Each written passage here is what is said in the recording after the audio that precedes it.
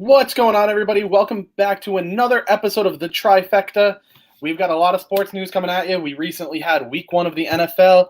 The Eastern Conference Finals are underway. The Western Conference Finals are underway for the NBA. And, man, sports are fun. Sports are fun. Tommy still owes me $10 for the Denver Broncos-Titans bet. So, well, let's do double or nothing. They'll beat the Steelers on Sunday. I'm telling you. They won't. Yes, they will. I'm telling you. No, they AJ won't. Hamler and Cortland Sutton back. It's go time. They're going to be unstoppable. Product placement to start. Not even a minute in. Ty, do I take the double or nothing bet? I think the Steelers are wiping the floor with the Broncos. Hey, man. Man, what are you talking about? Wiping the floor? They held Derrick Henry had 3.7 yards a carry, man. Don't start. Don't tell me that he had some great game because he had 116 yards. He carried the ball 31 times. He got stuffed on 3 goal line stands.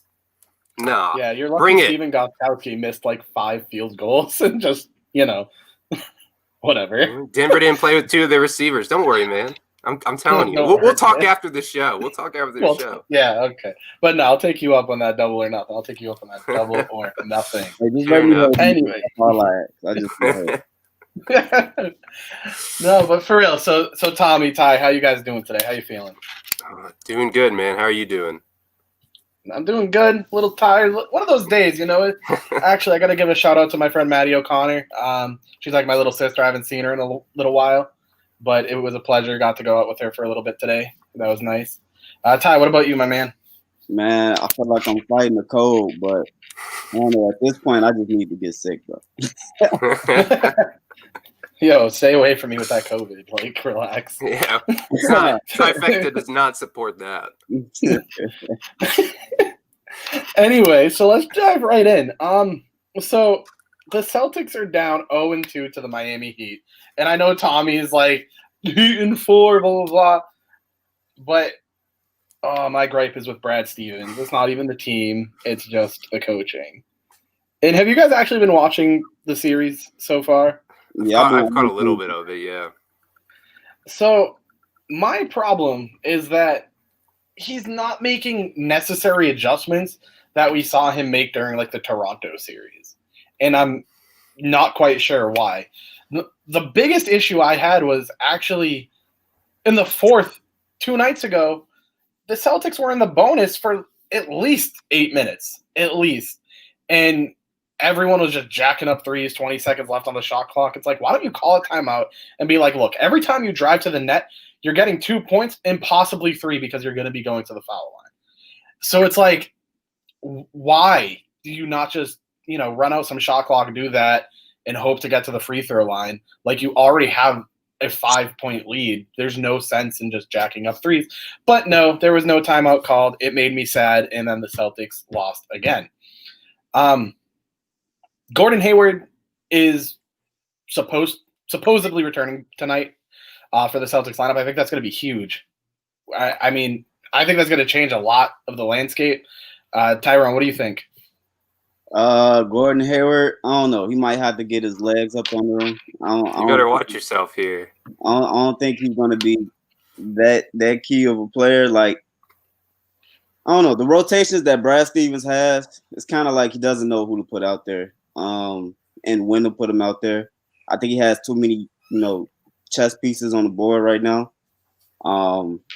So we'll see how he adds this extra, playmaker and scorer to the floor. But I don't know, man. Heating for.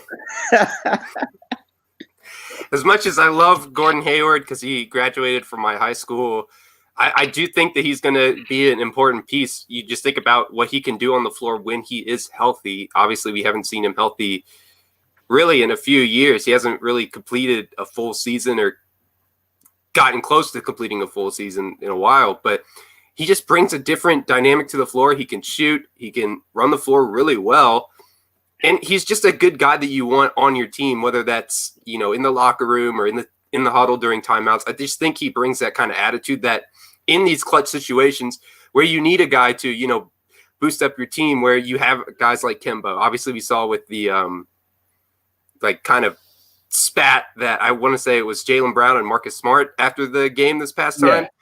Gordon Hayward can help limit that. He's a good guy to have just in the locker room. And so I think even if he doesn't play a lot of minutes tonight, I imagine they'll put him on a minute restriction. He can bring something that I think can help Boston steal this game. I said 5 originally.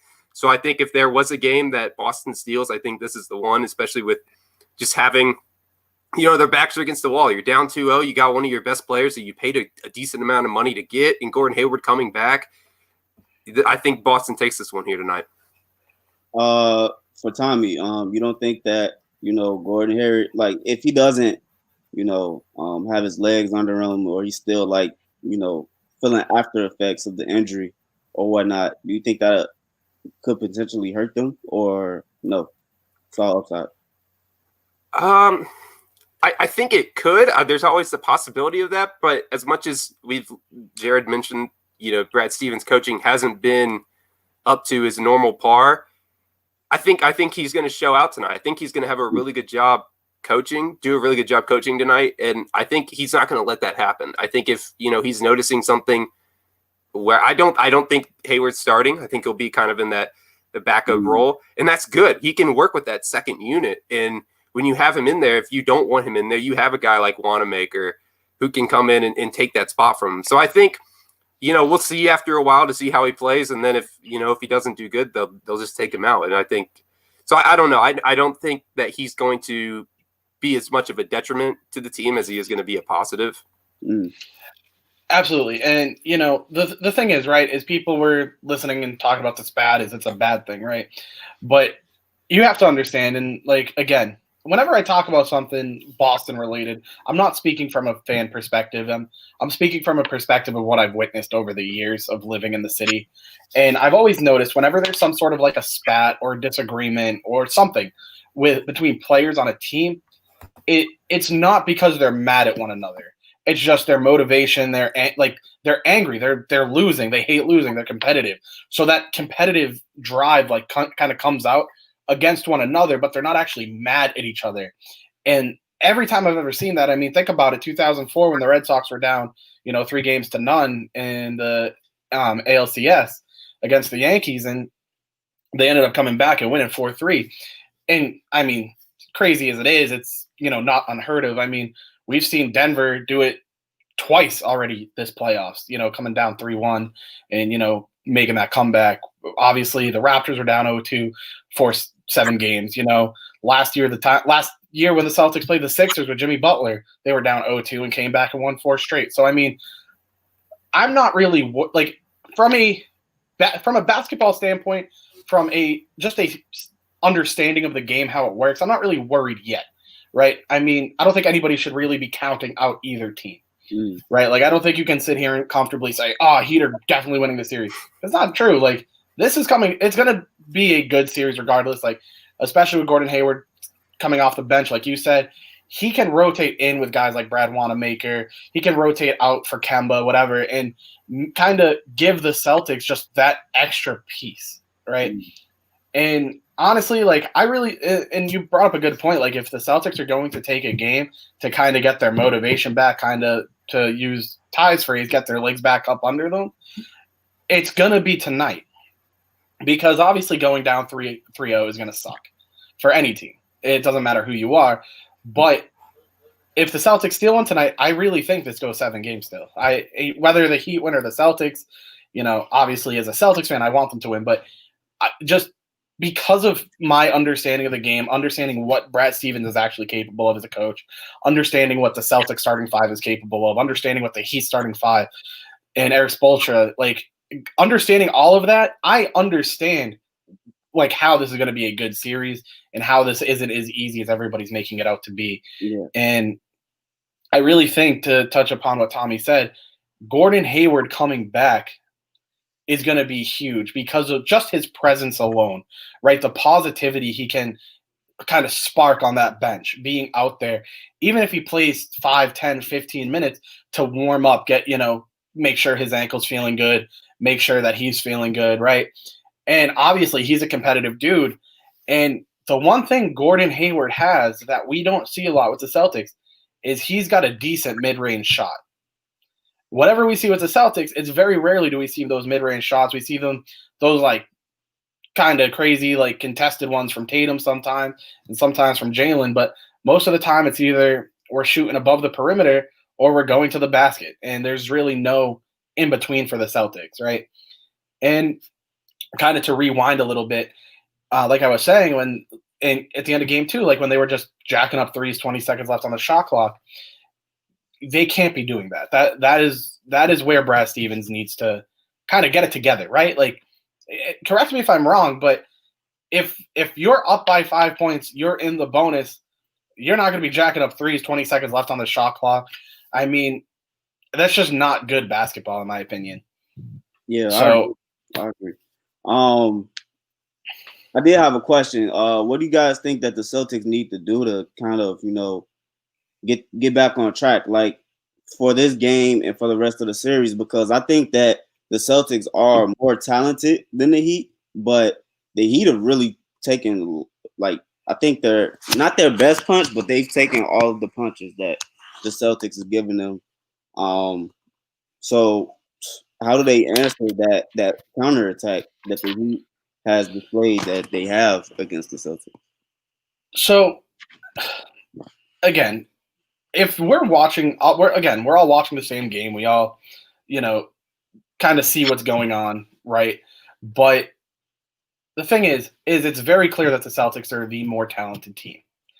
You see it the first quarter, you see it mostly in the second quarter. And again, the Celtics have like this weird thing where they always lose the third. What they need to do is really just tighten up decision making.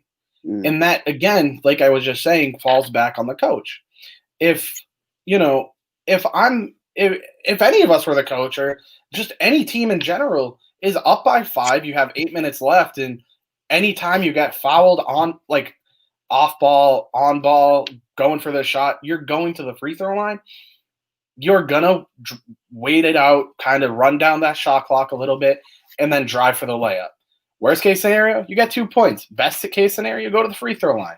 You know what I mean? Like, it's much more guaranteed than just jacking up a 3 with a prayer like Kelly Olynyk did and hitting those like crazy shots. And again, the Celtics have great shooters, right?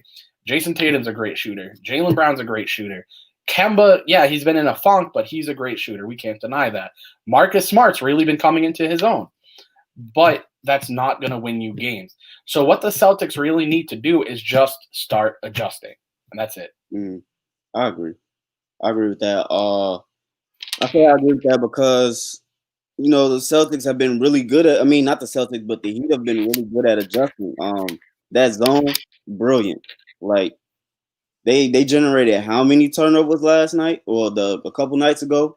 They had like 20 plus turnovers. So I definitely agree with you with decision making, and all of that. I just want to see it, put in motion, because I don't want this series to be in 4. I know that's the running joke, on this show, but I want to see a long, drawn out blood, sweat, and tears series.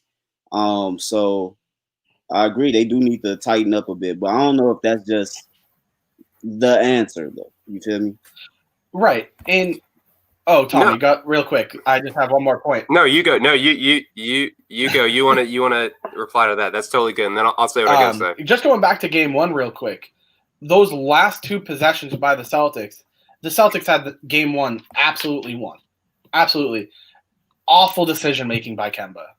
Right? And then the other thing too is, like, Jay Crowder is not an amazing shooter. He's never been a real great shooter in his life.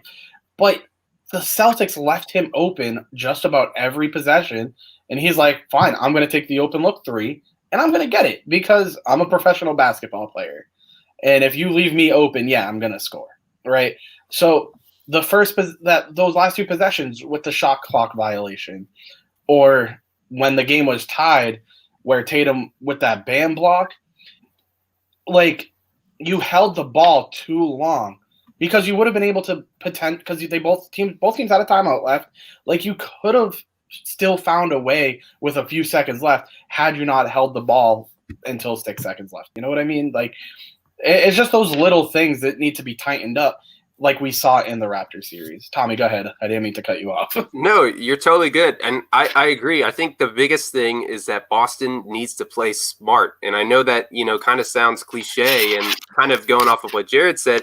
But if you look at the box score for game 2, the Heat shot 43 threes. 9 of 19 was just from Duncan Robinson and Goran Dragic. You're holding the rest of the team 5 of 24 shooting from 3. You need to close out on those guys, the guys that can beat you shooting threes. I mean, like you said, let Jay Crowder shoot. I think he went 3 for 10. You'll take that. If he makes 9 points off of 10 shots from the 3-point line, that's fine. You'll live and die by that. Let him beat you. You have players on this team who can get to the basket, like you said, who can get, tough offensive rebounds and can get fouled and go to the free throw line. And that's what you need to do. You need to stop limiting you need to limit the turnovers. You need to get to the free throw line. And again, like you mentioned, you got to just play smart basketball. That's the thing, is what people don't realize is a lot of these mental errors, players seem to make them at the worst times. And you have so many key players on this team that are stars. I mean, Jaylen Brown, Kemba Walker, Jason Tatum, Gordon Hayward, when he's healthy, is, I think, one of the top 15 small forwards in the league. That's my opinion, and I'm a little biased because he came from my high school. But I think when he plays healthy, if you look at his time with Utah, he was good. He was a really good player and fun to watch. And so you have these pieces on this team that can make plays, that can get you deep in this series. Obviously, we've seen the Celtics, do with as little as they can in crunch time. And I think that they have a chance to push this series, but they have, if they lose tonight's game, they will not win this series. They won't make it past 5. And I know we kind of made that joke, 4 games, 5 games, but I will be completely honest. If they lose tonight, they're not coming close to making this a series. And I just think the Heat are too good and on too good of a run recently, especially in these playoffs, to be beaten, after having a 3-0 lead. So yeah, that's not going to happen. Yeah, Boston has the players. Boston has everything that you need, the talent, the depth, the guys who can shoot, the guys who can get to the basket, the guys who can get the offensive boards, but they need to just play smart. And that comes down from the top with Brad Stevens to every player on that board. And, getting Gordon Hayward back is great. So I'm excited to see what happens. I think Boston wins this game tonight, but if they make these mental errors that we see them, not closing out on 3-point shooters, they're not going to win tonight, and that's going to be a big problem for them.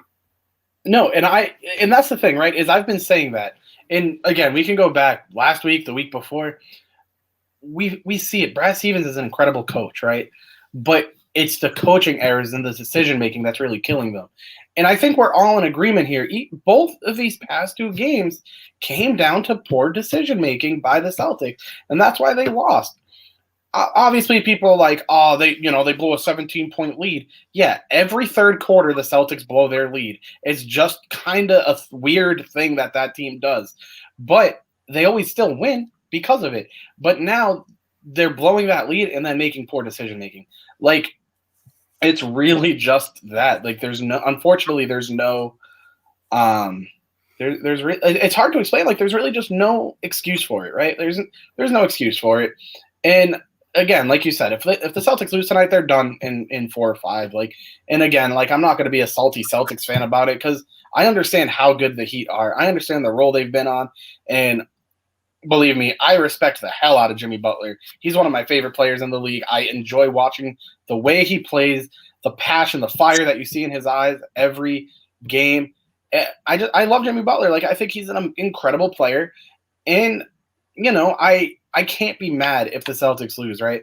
Yeah, I think I would have been actually a little bit more upset if the Celtics lost to the Raptors because of how much of a crybaby Nick Nurse and Kyle Lowry are. But at least seeing the Heat where they're a legitimate team, they're not whining about every foul. They're not, getting upset. They're playing with a passion, and they're not on the floor every other play. And you see, and again, obviously game 2, we saw a couple of those clutch steals by Jimmy, and those types of plays are what I love watching in basketball, whether they're against my team or for my team. And I see it all the time with Marcus Smart. So I agree with you 100%, Tommy. The Celtics lose tonight. It's done in 5, but they win tonight. If the Celtics win tonight, this is going at least 6. At least 6 games. And again, I really don't know who's going to win if the Celtics win tonight. Yeah, I agree. I got a message for you, Jimmy Butler. Hey, man, it's time for you to get in your bag, bro. Like, you've been passing up shots, passing out of fake layups. Like, nah, bro. You got to get in your bag. It's time. It's time. Put that coffee to work, man. That's all I got to say. Jimmy Butler. Look, I got to say this real quick. In response to that, Celtics, number 7. Jaylen Brown's coming out with a vengeance tonight. He's my dude's coming out with a vengeance tonight. What's he dropping? 40, 50, 60? No. I'm not going that crazy. I'm not going that crazy. My man's is putting up 35. My man's 35. putting up 35. Yeah, he's When's the last time he put up over 30? Yeah, that's substantial. I'm telling you, he's putting up 35 tonight. I will gladly admit when I'm wrong, and if he puts up 35, I will be the first person to pop up on your phone and tell you congratulations, because that's a lot, man. 35. I know I was joking there, but you really think he's gonna drop 35? I don't think he's gonna drop 35, but he's gonna drop plus 30. I think he's gonna be in that ballpark of like 29, 30, 31. Like I think he's gonna be in that range tonight. You think just said plus 30 and 29 is less than 30. Okay, you know what I meant. Okay, you knew what I meant. He's gonna go off tonight. He's gonna go off tonight. Hey, I'd love to see it. That'd be a great piece for them. He definitely, if he can take the load off of some of their other scores, that would really help the team. Right. And, Tatum. Oh God. Jason Tatum's dropping 25 tonight. 25. Ooh, okay. You dropping more than Tatum? Yeah. He's done it before. Yeah, once every 40 games or something. Sure, it's time. Yeah, he's been running a little slow lately. Yeah, no, it's time. It's time. But nah. Anyway, so let's move on to some football. I mean, we just talked about basketball for 20 minutes. We got a little sidetracked on that one. But I think that's like our thing. Tommy, I gotta ask, did you bring the blue diamond bold almonds? I've got another one over there. If I go and get up my camera, I can grab them. But I'll get some. I wanted to start a new thing here. And a new thing. Yeah, you've heard of PSAs, right? Public service announcement. Well, this is a TSA. Tommy Smith. Like at the airport. Yeah, Tommy Smith approved. I'll tell you what. Okay. Denver is going to win on Sunday against Pittsburgh. They had a tough matchup in week 1 against Tennessee, but I'm telling you, put it down, write the TSA in the sign. It doesn't matter. Denver's upsetting Pittsburgh, say a 27-23. I'll take you on that double to nothing bet. All right. I'll take it. Hey, like I said, I'm holding.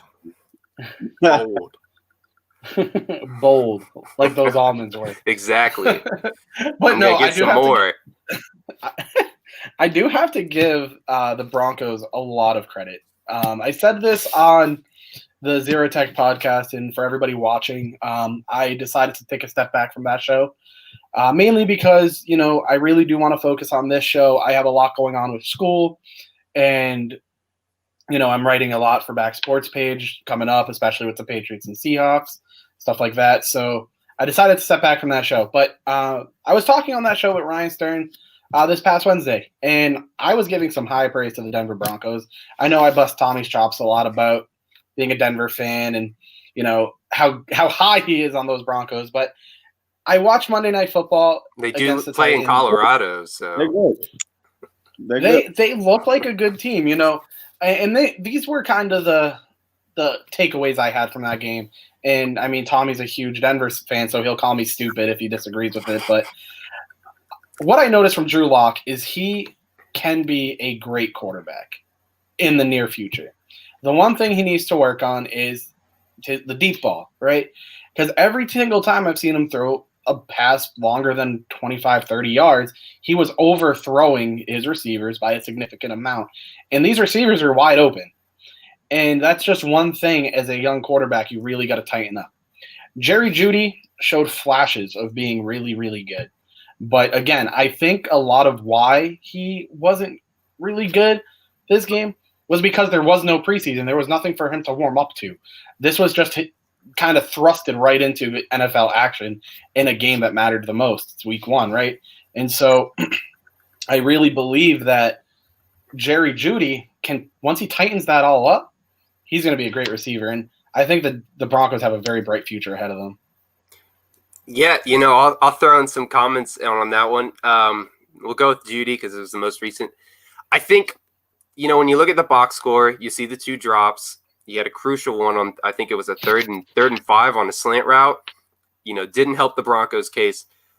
But I'll tell you what, man, that dude has got to be the fastest receiver in getting out of his routes that I've seen in the past 10 years. His route running, if you go back and look at it, the quick cuts that he can make is just so impressive, and it shows why Denver took him as high as they did. And like you said, throwing him into that, no training camp, 2 weeks of training camp versus, 2.5 months, no preseason. It's his first game. And you don't have Cortland Sutton or KJ Hamler to kind of back him up. He's the number 1 guy, until those guys come back. Now, hopefully they'll come back tomorrow against Pittsburgh. But that's a tough thing, And I think the same thing with Locke is what people want to look at is the fact that, yes, there are the few overthrows on deep balls. That's something that you can work with, that you can improve on. And he didn't throw a lot of deep balls his first year. You have to think about it. This is his 6th career game in the NFL. That is not true, by the way, Ryan Stern. Don't even start with that. That is so far beyond the truth. You're crazy. Pat Shurmur couldn't make Daniel Jones look good, and he sure as heck made Drew Lock look good on Monday. But I'll tell you what, if Drew Lock can just calm down, I think his pocket movement is phenomenal. I think if you look at him, I'll go into this, what I want to say next with the next quarterback I want to talk about with Joe Burrow. Both of their pocket movements for guys who are in their first year. I mean, Locke really, if you look at it, this is kind of still his rookie year, only his 6 games starting. I mean, they do a phenomenal job. They can really, move outside the pocket, step up, throw on the run. I think Denver, I agree with you. Of course, I'm a Broncos fan, so I'm going to support my team. But, man, Denver, if they can stay healthy and get everybody back and just continue to work on it, they have a scary team in the future to contend with Kansas City. Yeah. Real quick, Ty, I gotta tell the people watching a joke. So, and I messaged you guys this. When I was watching Monday Night Football, and to kind of touch upon what Tommy said, I'm watching Drew Lock kind of roll out of the pocket, and he threw that, on the run pass to Noah Fant for the touchdown. And in my head, I'm watching this replay, and I'm like, isn't that traveling? And then I'm like, wait a minute, it's 1 a.m, and I've been watching way too much basketball. So that's a little slip up on my end, of course. But no, I agree with what Tommy said. Ty, sorry to cut you off. Yeah. Just to back up the Joe Burrow comment. Man, I really wanted to see how his skill set would translate to the NFL. Right, I was a huge Joe Burrow fan at LSU, but I watched the game on Thursday against the Broncos. Not the Broncos. Browns. Yeah. The Browns. Yeah. Man, I seen something with Joe Burrow. He made a believer out of me. He was accurate with his passes. The ball is pretty. Movement in the pocket. Man, there's not much he has to, work on. Probably footwork and all the nuances that the casual fan doesn't see. But Cincinnati might got to win it with yeah. I've been, one of the biggest Joe Burrow fans that you can find. I've said he's the best QB prospect since Andrew Luck, and I still stand by that. And you look at his stats, I think he threw 61 times on Thursday night, 300 yards. You'd say, okay, well, if you're throwing the ball that much, you should get 400 or something like that. Look at the time that this man has in the pocket, and I'll show you why he can't get more than 300 yards. This man is running for his life, evading sacks, just playing straight up like the number 1 pick that he was. And I'm so impressed by him. And I think if he continues to grow, and maybe if the offensive line, finally does something for him, he will be one of the stars of this league. I think we talk a lot about the second-year breakout. we can see a first-year breakout here. I think he's my pick for Offensive Rookie of the Year with the talent that he's got around him, and that's without Joe Mixon carrying the ball a lot. You can't say enough about everything that Joe Burrow has done in his first 2 games. You know, we talked about this last week, Tommy, and we both had Joe Mixon in our top 5 of running backs. You actually had him in your top 3. And don't believe it. I'm a believer, right? Talent-wise, I really do think he's a top 5 running back. But for me, like, with the dynamic offense that the Bengals do have, with Joe Burrow, they have Tyler Boyd, AJ Green, like that team is just structured to be like I'm not going to compare them on like a even basis, but like old school style like Patriots team, like pocket passer and Joe Burrow who can throw on the move with solid receivers who can get open downfield. And we're going to see a lot more of that, where is like with a team like that, you're going to take away from the running identity of the game.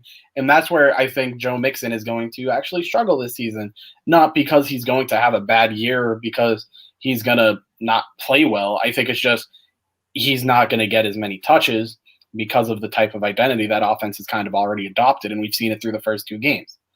So, I mean, I love Joe Mixon. I've said this for weeks and months. I think he's one of the best running backs in the league. And, he's just, like I said, that offense has went from kind of like a run-first offense to a pass-first offense. And that's not really anybody's fault. It's good. Like, the team's good. Actually, my boxing coach was asking who to pick for his survival pool, and I told him to pick the Bengals. Because I'm like, the Bengals should win that game, right? On paper, they should win that game. And You're then I saw week it, I'm 1 like, or week 2? Week 2. You thought they beat the Browns? They did. In Survivor? Oh man, yeah. I wouldn't risk that. That's tough. Yeah, I thought they would. I mean, you saw the number of points they put up. Like, it's not like it was a blowout. No, it wasn't. But I think playing in Cleveland, and I'm not a big Baker fan. I haven't been since he was drafted. I didn't think he was the best quarterback coming out of that draft. But one of the things that I thought was funny, kind of like a little side note here, is people thought that Baker, beating the Bengals was such a big thing. They're like, oh, is Baker back? Like, has he proved the world wrong? Stephen A. Smith said it best, and I'll quote him as many times as I can. Who the hell cares? He beat the Bengals. I mean, come on. That's like, they're garbage for a reason. Their defense is terrible. So, I mean, congrats to Baker, but I still don't see him doing anything too special. Maybe he'll prove me wrong. Yeah. And that was my whole thing with it, right? Is like, it's Baker. He hasn't really been able to connect with a lot of his receivers. It's kind of just like based off of experience and what we've seen with him, picking a dynamic offense like the Bengals have now versus a team where it's kind of been all over the place. I thought the Bengals were kind of a safe pick. To be fair, like, I don't know about that one, only because the game is still won in the trenches, right? And I just think the Browns are superior to the Bengals when it comes to the trenches. And then, I congratulate the coach for the Browns because he really game planned for Baker on Thursday, rolling him out the pocket early, Nick Chubb, just forcing Nick Chubb down their throats. That really helped him a lot because he wasn't seeing, pressure up the middle, which is what he struggles with the most because of his stature. But, he didn't see any of that, and that's because the offensive line. Well, they moved him out of the pocket, so I think that they need to continue that game plan. Now, of course, it's not going to work against everybody, but at least it's worked so far. Yeah, to come off. Oh yeah, no, to come off a game against Baltimore, the play calling was just not there. I think one of the things that I think they did really well was kind of shut down the read option. Their defense is great. I mean, they got pieces everywhere. Myles Garrett, Denzel Ward, Larry Ogunjobi's played really well the first 2 weeks. Stefanski finally let Baker, like you said, move out of the pocket. But Baker still has some problems. He stares down receivers. There was yes, this game was, what was it, 30-35, or I'm close to, I know it was 30-35 35 something. Or he stared down a receiver on like the 27-yard line, threw it towards the goal line, and it was easily picked off by the safety. I think it was Jesse Bates who got that interception. I mean, you just can't do that. In that game, if I think Cincinnati went down and scored on that drive, if you don't throw that interception, it's a two touchdown lead in the fourth quarter. You know, the game's basically over. So I get it. I understand the praise for Baker, but I just don't see it as much as other people. I think he has problems, and I'll sing the praises of Josh Allen as the best quarterback in that draft until Baker proves me otherwise. But, you know, Baker, just the whole chip on his shoulder thing, like, I get it. But again, Stephen A. Smith said he's got more commercials than he's got wins. Like, that's a problem, man. Like, you need to stop, like, worrying about how you're marketing yourself and, you know, start showing up on the field. So hopefully Kevin Stefanski can bring that, because he brought it out of Kirk Cousins when he was in Minnesota. So a couple of things that I want to touch upon that you just mentioned, right? Best quarterback out of Baker's draft class. Personally, I thought Josh Rosen was the most NFL-ready quarterback. I'm not going to say he was the best. I thought coming out of college, Josh Rosen was the best-looking quarterback for, like, to kind of dive right in. Yeah. I still believe that he can be more talented than the other three, in Sam Darnold and Josh Allen and Baker, but Josh Rosen was dealt a really garbage hand in the way that his situation was handled. You know, he got picked 10th by the Cardinals, who had no offensive line. Outside of Larry Fitzgerald, they really had no receivers. And then, you know, they're saying this is our guy for the future, and then they trade him to a Miami team for a second-round pick, and he's going to ride the bench behind Ryan Fitzpatrick. And again, you're going to a Miami team that just is a really poorly run organization, right? I mean, Miami has not been good in a long time. And, you know, for me being from Boston as a Patriots fan, like, it's kind of ironic because it's so hard to win two divisional matchups, you know, kind of like in a season, right? So the Patriots always lose at least once to the Dolphins, which is weird and it's stupid, but it happens, right? And I need to comment on this. Ryan Stern said, Lamar. I'm talking about who were picked in the top 10. I'm not Lamar coming out of Louisville did not have good passing numbers. Yeah, even last year he only threw for 3,100 yards. Yes, this past week he had a great game, you know, week 1. But I want to see him throw the ball more. I get it, but we're talking about the most ready quarterback. And coming out of college, there's a reason he was picked number 32. He was, if you look at the tape, throwing at Louisville, he was not the most NFL-ready quarterback. Quarterback is what we're talking about, a person who can throw the ball. And I'd take, at the time, throwing the ball, coming out of college, Sam Darnold was good coming out of USC. Josh Allen, you know, throwing the ball deep at Wyoming. I want to see more from Lamar Jackson, and I said that the past week's show, and he showed me up. They let him throw the ball. He made some tight windows against Cleveland. He's got, you know, some tough games coming up. He plays Kansas City next week, and that is going to be a shootout. And that Kansas City defense is underrated, very much underrated. So, you know, we'll see, but I would have not, if I were in that position as a general manager in the top 10 and I wanted a strict passer, I would not have taken Lamar. And I'm glad that he didn't go, because I think his situation in Baltimore, especially having Robert Griffin underneath him, is perfect for him, because it's allowing him to grow as a passer and as a runner and put it together and make that team that much more dangerous. Yeah. To take the words out of Lamar Jackson's mouth, you know, not bad for a running back. Yeah, right. I kind of think that Tommy underplays his passing ability. I think he's a way better passer than you give him credit for. But that game Sunday against the Houston Texans, I'm staring that game down. I'm staring it down because, you know, it's the two up-and-coming stars of the league, right? Lamar Jackson and Deshaun Watson. So I want to see who wins that quarterback matchup right there. a lot of not playoff, but a lot of fantasy implications in that game. So a lot of people are going to be watching it, staring it down, crying because their team. I'm going to touch upon that real quick. Yeah, go ahead. Ty, you said you want to watch that quarterback battle, right? Mm-hmm. I think Baltimore is winning that game against the Texans, but I think Deshaun Watson has a better game as a QB that game. I do too. I see it that way. I mean, I'll go to a specific throw. The touchdown to Mark Andrews in week 1, where he one-hand grabs in the back corner of the end zone. He overthrew that ball. Yeah. He's lucky that Mark Andrews made that catch because he saved him. That was bad.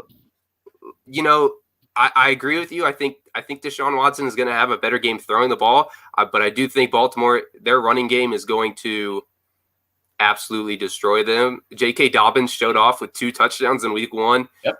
And against a good Cleveland Browns front 7. That front 7 is very underrated. And so now we'll get to see, Houston's defense kind of got lit up by Kansas City. So will they answer? Will Bill O'Brien continue to prove why he shouldn't be general manager and head coach? Man, I gotta. Bill O'Brien rubs me the wrong way. Oh, what was that echo? That hurt. But no, like I said, I do think Deshaun Watson has the better game.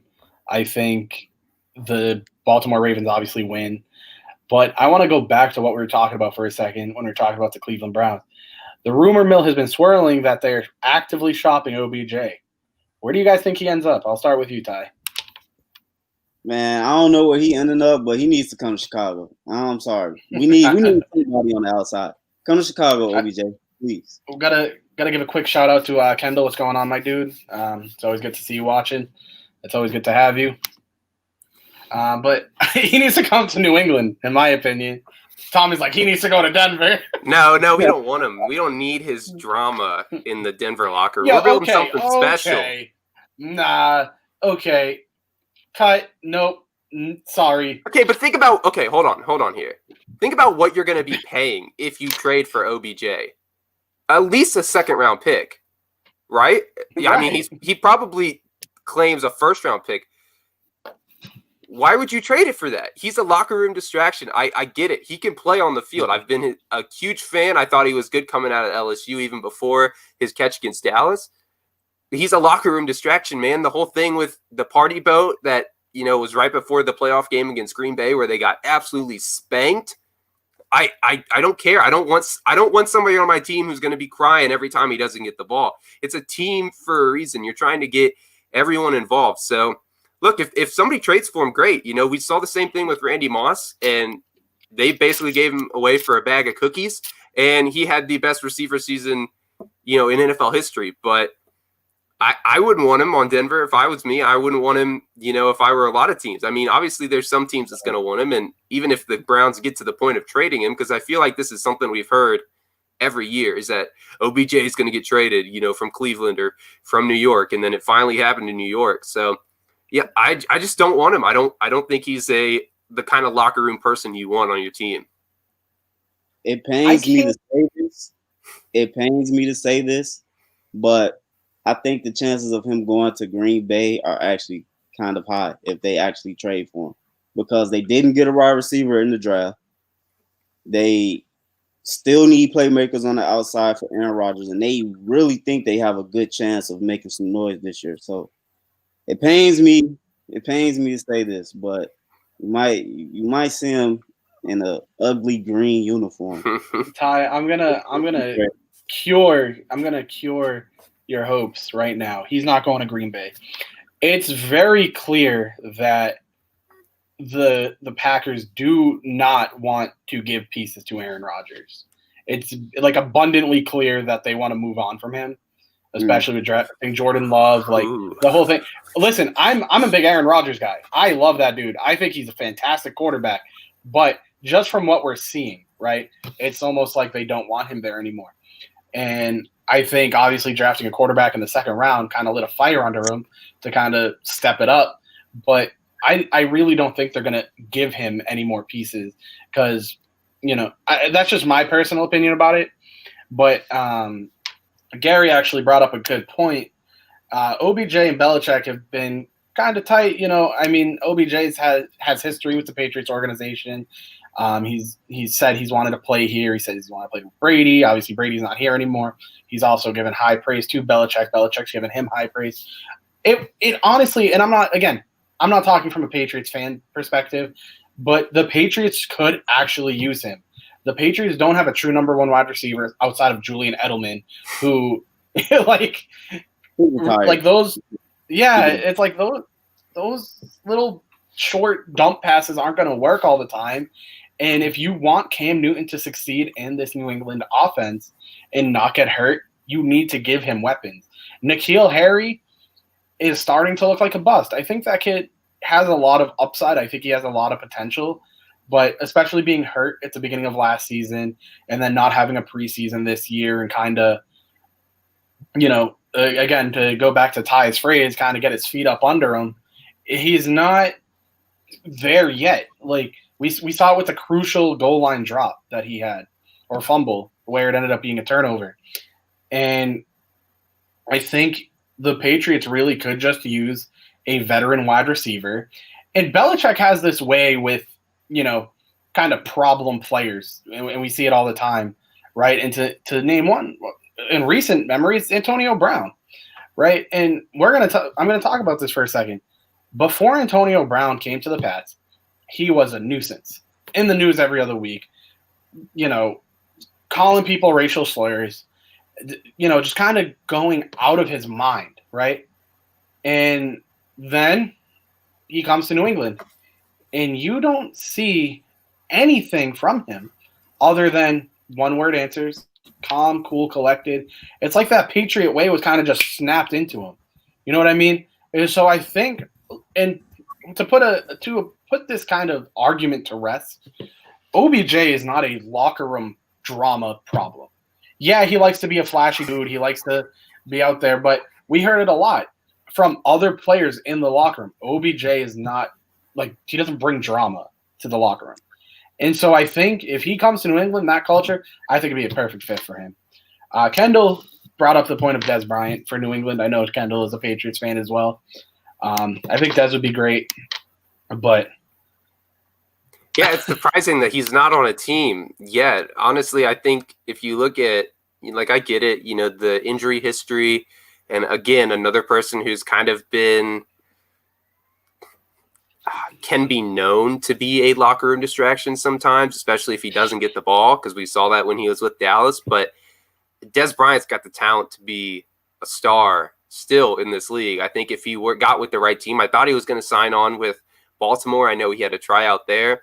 I mean, that would have made them – we talked about it last episode, how Baltimore really doesn't have anybody outside of Hollywood Brown and Willie Snead. Miles Boykin is their number 3. He played pretty well in their game.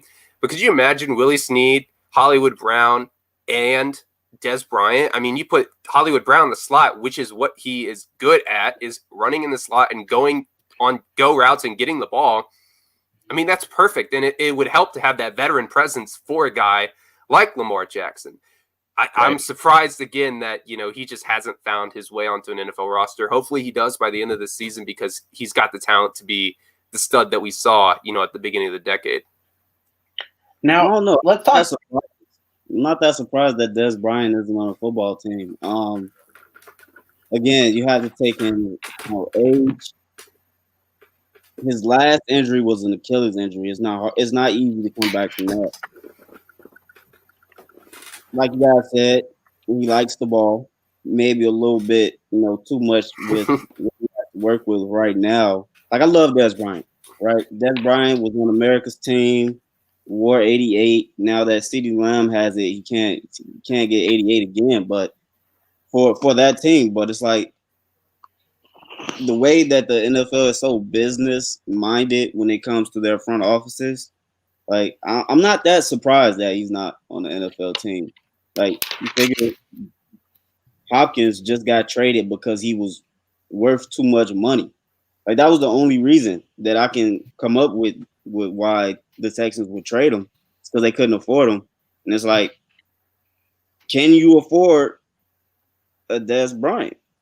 I don't know. I don't think a lot of teams would, stick their neck out for that guy, even though he's well deserving of it.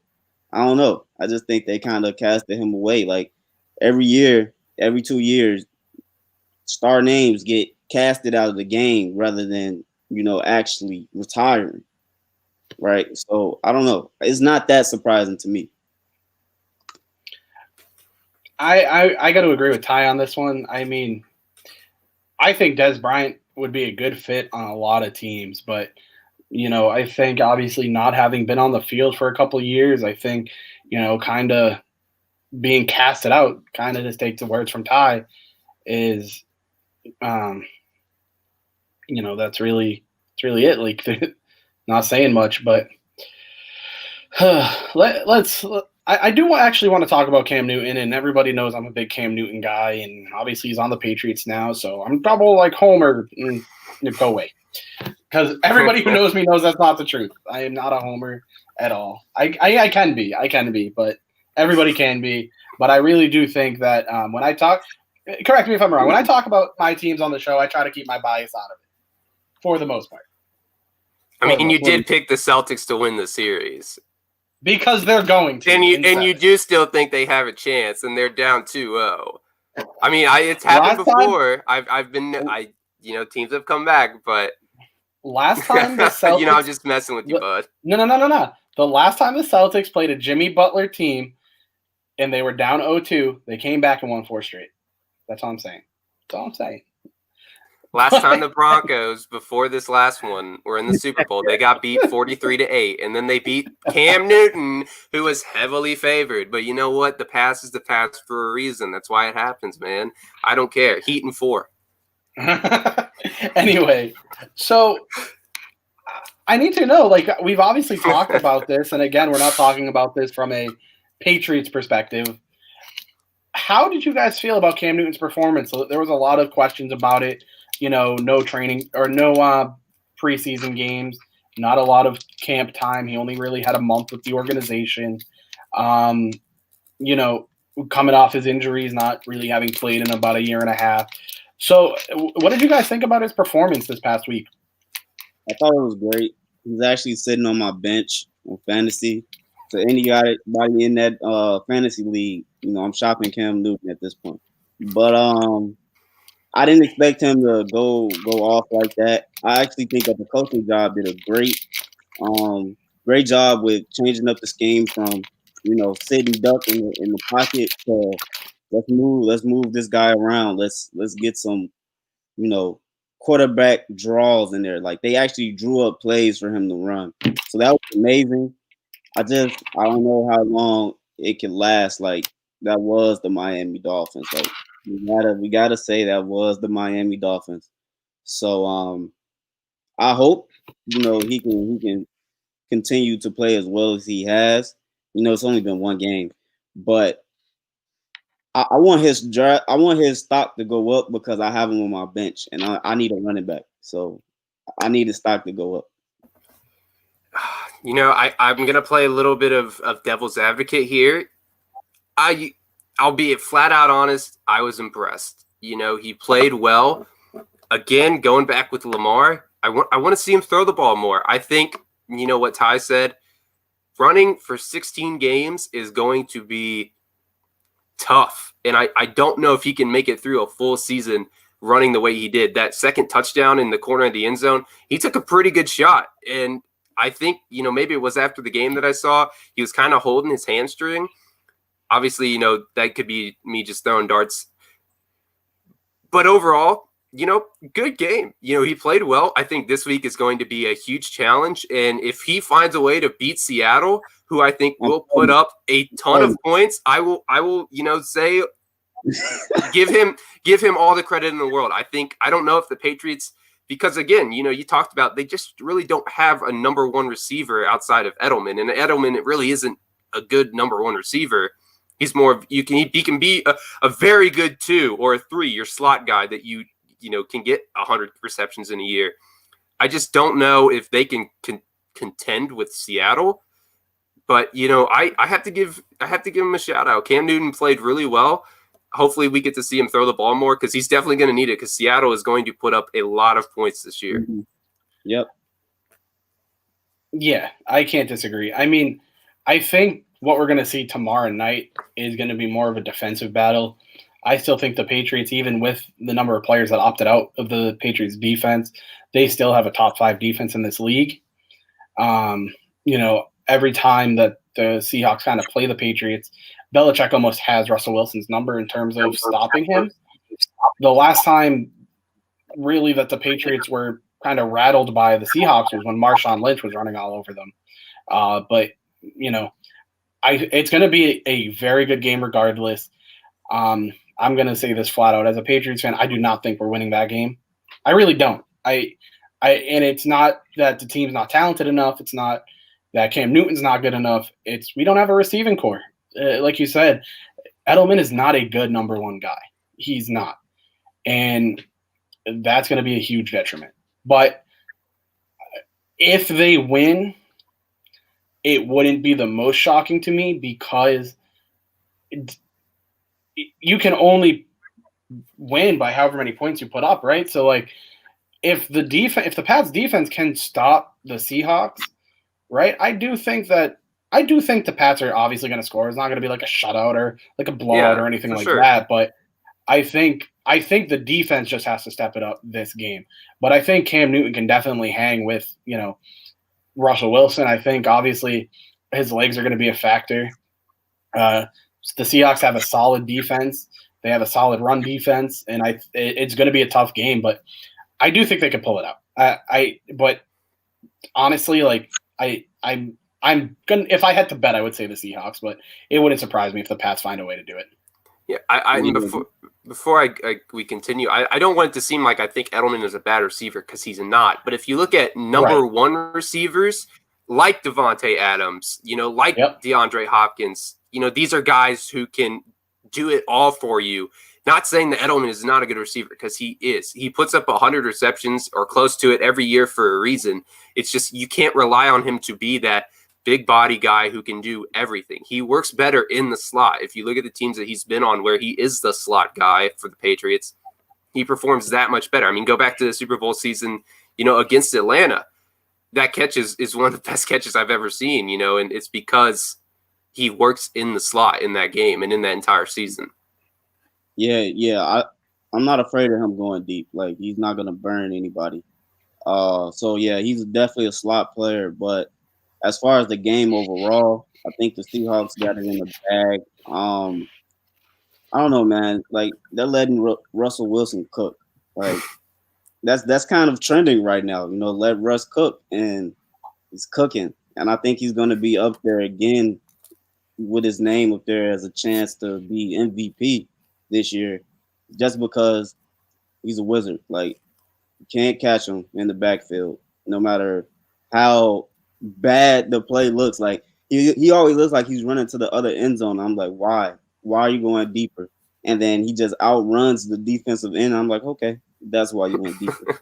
But yeah, I just think that the Seahawks have too much on offense for the Patriots just to shut them out, or even hold them to 10. They're gonna put up a lot of points this year.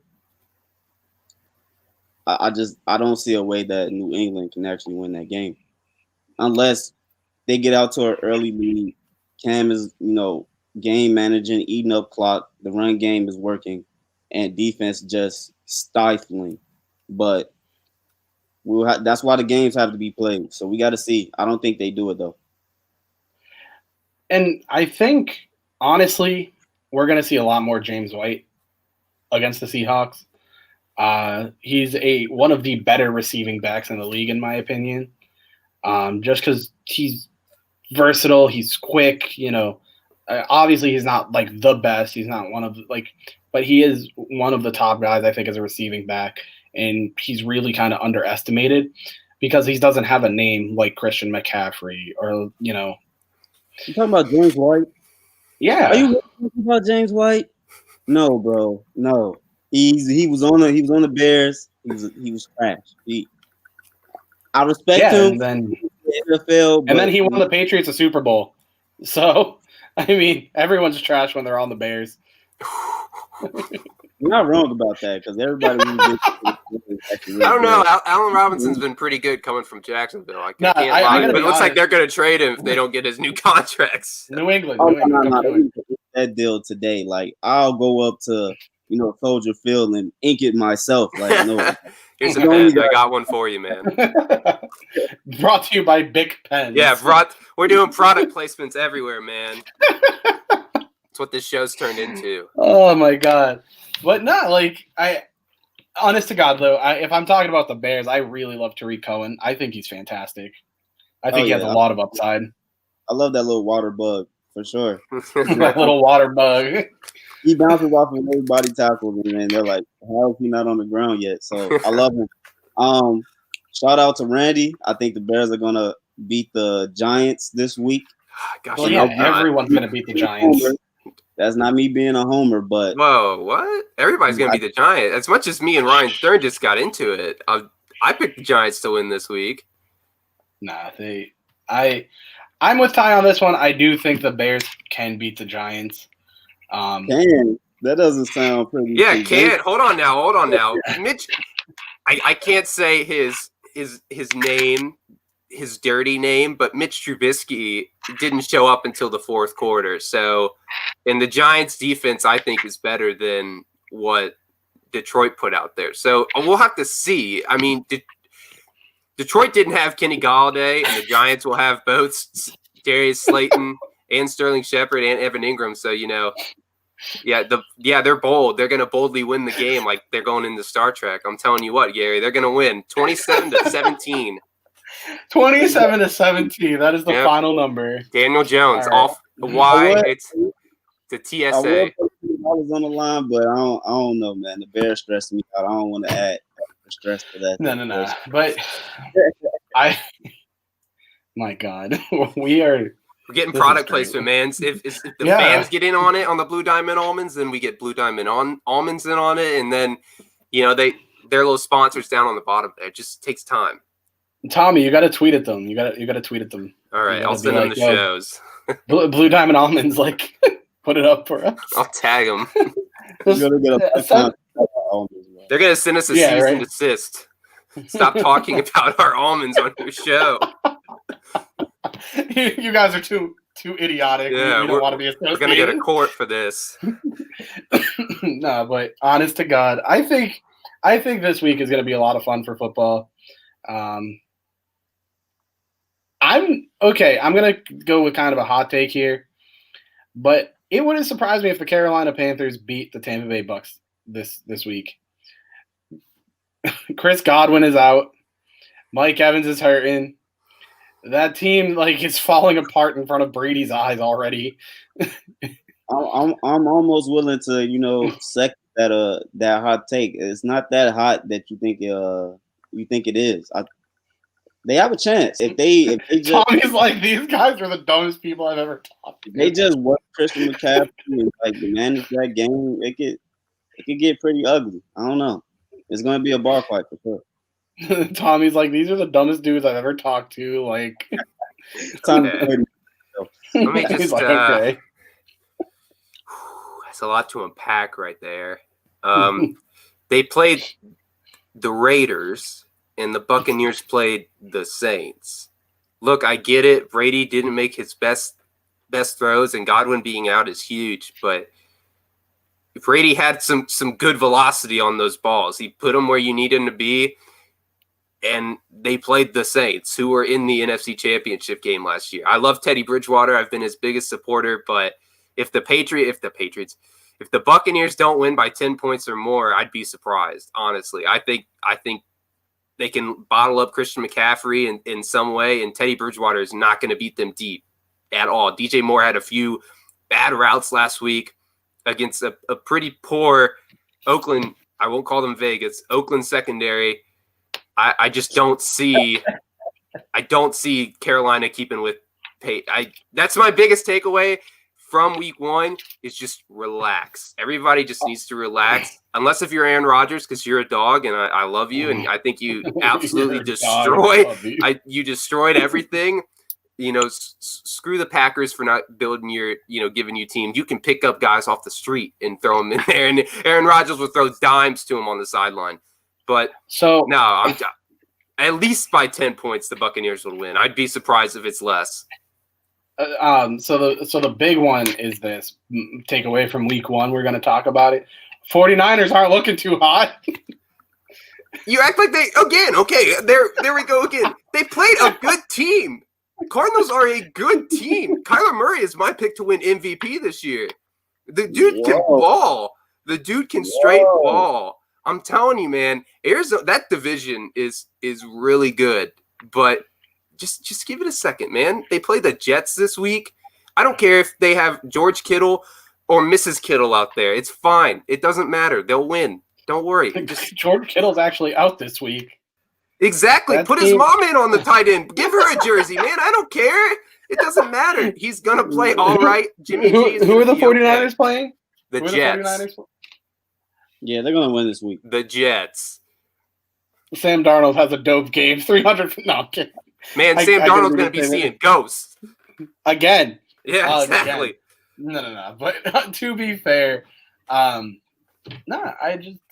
just saying, they're already losing. Kittle's out. It's just kind of like I was talking about. If you see 85 Kittle out there and she's got long hair and you're like, Kittle grew some hair over the week, it don't matter. It's his mom. It's his mother. She's going to do great. Jimmy G's going to give her some strikes. I think my biggest takeaway from week 1 will have to be that Derrick Henry's running over everybody, bro. I don't know. A lot of people said that he's going to have an off year. They're going to tackle his feet. All of this. Man. He's the type of back that just gets stronger as the game goes on. Why didn't he get stronger in those three straight goal stands, huh? In the wise words of Eric Killmonger from Black Panther, is this your king? Hey, a lot of people had me questioning drafting Derrick Henry in almost all of my drafts. They're like, why are you so high on Derrick Henry? I'm just like, name somebody who could tackle him, and then we can talk. I'll tell you, Josie Jewell, go watch it. It was a third down. He blew him up in the backfield. There you go. Twice. Yeah, twice. Dude, I'm telling you, man, I get it. I get it. He did have a good game on the statistical side, 116 yards, but he carried the ball 31 times. It's just like with Burrow throwing it 61 times. I hope he could get 300 yards. He didn't do anything for the first 3 quarters, and he got some good runs in the fourth quarter.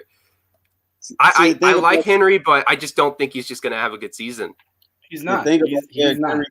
Always put the football in the belly of that beast. All right, he's gonna eat every week. He's gonna see about 30 touches every week until he gets hurt. That's my face.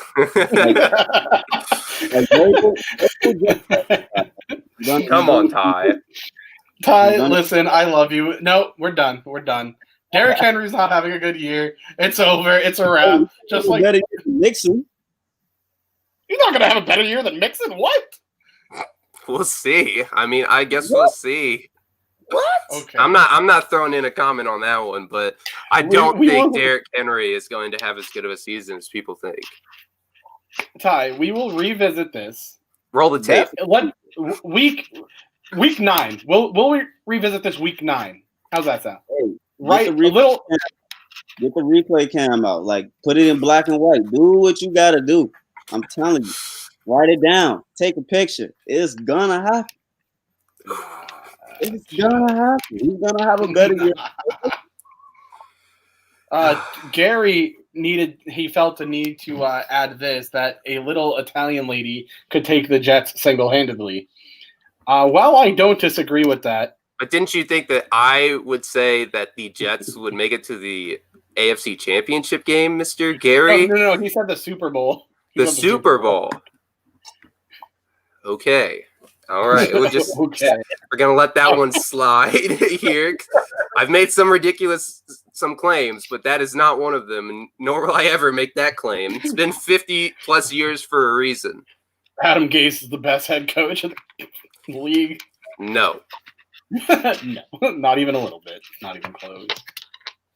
He's going to be the first one fired. I told you he's getting fired mid-season, and if he doesn't make Sam Darnold look pretty good, he might get fired this week. Next week, I'll give it another week.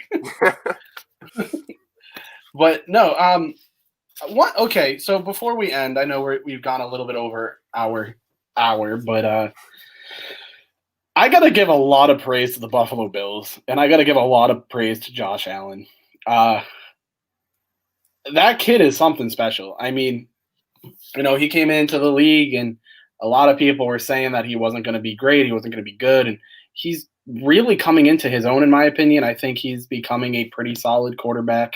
I think, now that he has another piece like Stephon Diggs to go alongside John Brown, he's got a pretty Devin Singletary in the backfield. Like he's got a solid offense around him. That coaching staff is phenomenal. They also have a top 5 defense in the league. I really do think the Bills can be a force. And I'm going to tell you. Say it like it is. They're going to win that division. Yes. Oh, no doubt. I 100% agree. I can't deny that. Listen, just because I'm a Patriots fan doesn't mean I'm not a realist. I don't know if I've ever heard truer words out of your mouth, Jared. You got to tell me that the Heat are going to win in 4? Nope, Celtics are winning in 7. But no, sure. They're winning the division. They listen. I'm a Patriots fan, but I'm not going to sit here and be like a Patriots blah. Can I see it happening? Sure, but the Bills are winning that division by far, leaps and bounds. It's happening. Okay, I need to ask you guys a question. When you're talking to your friends or family about sports, do you ever hit that wall and you're just like, wow, y'all are really stupid? Yeah, I kind of shy away from talking sports in general with friends and family just because it always turns into a screaming match, and then I'm just like, well, that's why the game has to be played. So it's like I kind of shy away from that type of thing because it's like, okay, you're clearly a LeBron fan, or okay, right. No, you can't. I just can't talk to LeBron fans. I don't know. They waste your time. You're my dude here. I appreciate that because I can't either. Yeah. So I kind of don't think sports for me at all. Yeah, I try to keep my sports opinions to myself just because it's an opinion, I don't care what you think. I get it, you're a Celtics fan and you bleed green, and that's fine. I don't think they'll win. I think the Broncos are, underrated. Some people don't. That's, my take. And so it's just that's the problem is, in this day and age, you can't have an opinion without somebody getting upset about it. And, that's fine. So I keep my sports opinions to myself and to me, myself, and I for a reason, because what I think in my head is right. And when I get proven wrong, I don't like to be told that I'm wrong.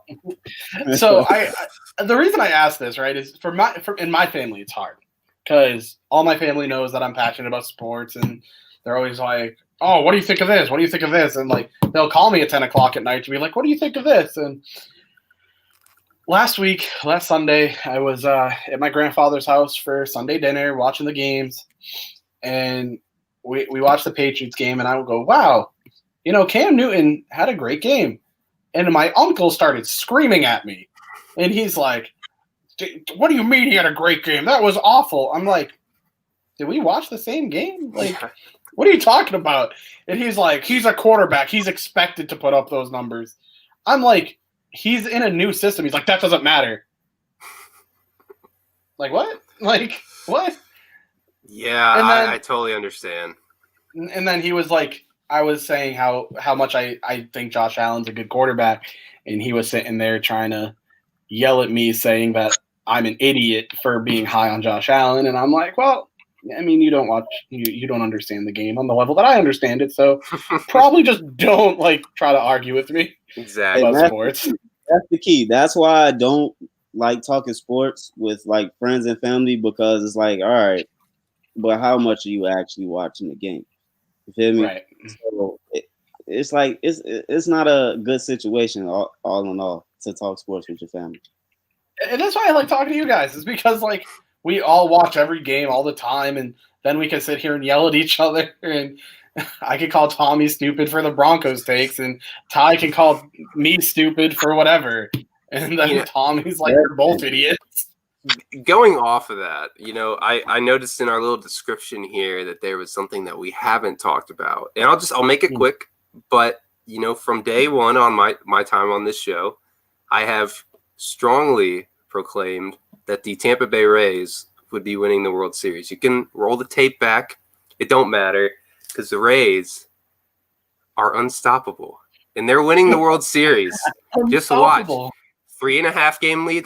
With like 8 games to go, it don't matter. We could play the best team in the world, and the Tampa Bay Rays find a way to win. So you can roll the tape back here, or we'll say it, in a few weeks. But when the Tampa Bay Rays are holding up that trophy, just know it was a TSA, Tommy Smith approved take. What happens when they lose to the Toronto Blue Jays? What universe are you in? Because I'm not in that one. I don't know. They're not losing. They're not losing. Wait, Tommy, you're watching baseball, bro? The NFL and that NBA going on right now. You're watching baseball? And NHL with the Dallas Stars and Tampa Bay Lightning. Who are my team, too. And I got to watch wrestling for the Deep Six podcast and my AEW reviews. So, yeah, I keep busy, but I'm telling you, man. Gary said you were perhaps confused with the Tampa Bay Lightning winning the Stanley Cup. No, because I'm a Tampa Bay Lightning fan, so I surely do hope so. But he's also a Tampa Bay Rays fan and hopes they win the World Series. Not hope, no. No, hold on. Hope that the Lightning beat the Stars.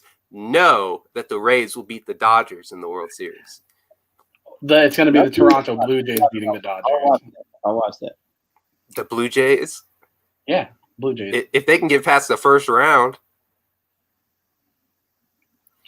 If they can get past the first round.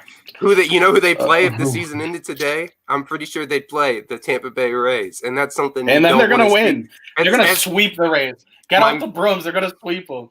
My favorite man, Stephen A. Smith. That's a bad man with Aaron Rodgers. That's a bad team. Just watch out. I'm telling you, Tampa Bay's going to set the world on fire. I mean, people have to. I gotta set the world on fire, bro. Tommy, I do give you a lot of crap, but Tommy, I give you a lot of crap, but I have to agree with you. Like I mean, I think we talked about this the first time we ever spoke. Is somebody who I'm a Red. I get like kind of feel like I want to gag when I say this, but as a Red Sox fan, being in the same division with the Yankees, why would you subject yourself to such torture? I value the Tampa Bay Rays. I think that team is phenomenal. I think they are a great team. And I know I give you a lot of crap and I do it for fun, but you do have a lot of takes that I will eventually agree with. Broncos Super Bowl? Nah. he's like, ooh, he's giving me a little taste of that agreement. No, it was 1 week. Just relax. Drew Lock's gonna have a game. 27 until they're going to be 0-2. They're going to be 0-2 after they play the Steelers. Nope. Yep. Nope. Big Ben beat the Giants. I was just singing the praise of the Giants, how they beat the Bears. Yeah, congrats. You beat the Giants. Hey, man. The Titans barely beat us. Just wait. I'm telling you, KJ Hamler and Cortland Sutton, if they are on the field, they will go off. And I want to give myself a little bit of a pat on the back because I did say that Noah Fant was going to have a heck of a game, and he surely did. So, TSA right there. Yeah, Juju Smith-Schuster is going to go off against the Broncos, and it's going to be a wrap. And the Broncos are going to be 0-2. Tommy's going to owe me $20 instead of $10. Yeah, is Benny Snell going to go off for 200 yards too? Is that what we're saying? Let's 150. 150. No. Okay. But no, I really do see that. I do see Pittsburgh winning. I hate the Pittsburgh Steelers. Like, if I had to pick my most hated team in the NFL, it would be the Steelers. I like the Steelers. But I gotta thought I made say, a believer out of you in the Broncos. I'm telling you, it's just one game, man. Just Hey man. All I'm calm saying down. is, can I get a brokerage fee for holding the money for this? Like, I think this is going to be a season long thing. It's going to be The end of the season is going to be $160. Broncos are winning at least one game. they're 0-15, bro. They're winning this game. Like I'm Super telling Bowl you. or bust. Still Oh got my it in the God. They For win sure. that one game, and for whatever reason, like every other team is just so much worse. They're Exactly. all 0-16, and the Broncos are 1-15. Well, they can't all be 0-16 because there are already some teams that are 1-0, even 1-1. Jesus Christ! The science Oh my behind the God. game blows my mind. Right? Numbers, man. Numbers. The math. Numbers are confusing. But nah, I'm not on the Broncos wave yet. I mean, I gave them high praise. You can't deny that. I gave them wave not by. We'll yet. be like a little princess. Well, you don't have to be on our wave, but we'll just wave by when we get the dub. What are you, Dame Lillard? Just bye. Yes. Dame Dollar. Okay, can we talk? Drew hold on, we need to Dollar. talk about that. Drew we need to talk about Dollar. That's his new that. name. We Drew need to talk Dollar. about that. All right, so okay, before we stop the show, we got another 10 minutes. Before we stop the show. We gotta talk about this. There were some outlandish claims made the other day within Back Sports page about Damian Lillard. And let me tell you, we as a collective had a field day with that. What was the exact quote? Is that Dame and Jamal Murray are the same player and that they are the same skill level? Is that what we're talking? Was that the claim?